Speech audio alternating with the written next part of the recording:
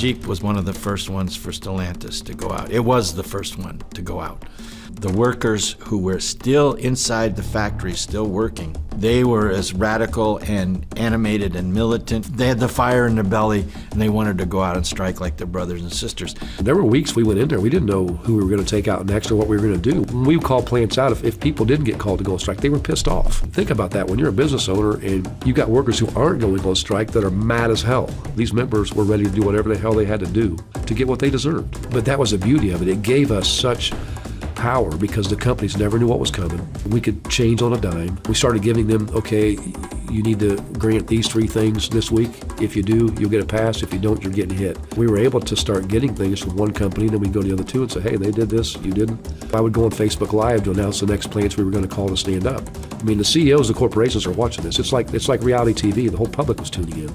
We're 5 minutes out from going on, and I'm getting a phone call from Mary Barra, hey, we'll do this, or from Stellantis' CFO, Mark Stewart, or from Jim Farley at Ford, hey, we'll do this. One of my favorite things in that whole strike was when we called out Wentzville, Missouri on the first night for GM. The company thought we were going to take Spring Hill, Tennessee out. And so they had shipped a bunch of engines and stuff to Wentzville, thinking they were going to have stuff there so they could keep building vehicles, thinking that we were going to hit Spring Hill. So the kicker was they shipped all that stuff to Wentzville. We took Wentzville out, and they had all that stuff on site. They couldn't move. There was one time we were in with Ford, and they had brought us the same thing for 2 weeks. The same damn thing. Like, we kept getting, we need this, where are we at on this? And they came back 2 weeks later with the exact same thing they had brought 2 weeks ago. And so I sat there at the table, basically looked at the company and said, this is the same thing you brought us 2 weeks ago. I said, you just cost yourself Kentucky Truck Plant. I looked at Vice President Browning and said, take them out. Ford was, of course, the first one to settle, yes, we'll accept this contract, this tentative bargaining agreement.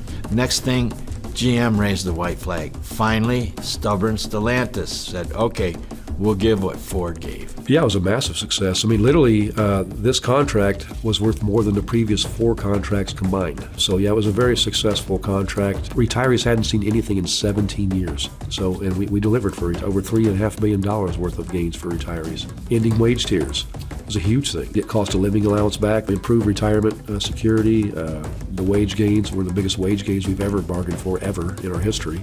But the biggest thing we got out of this whole fight was it brought this union together. It brought the membership together, and everyone got in this.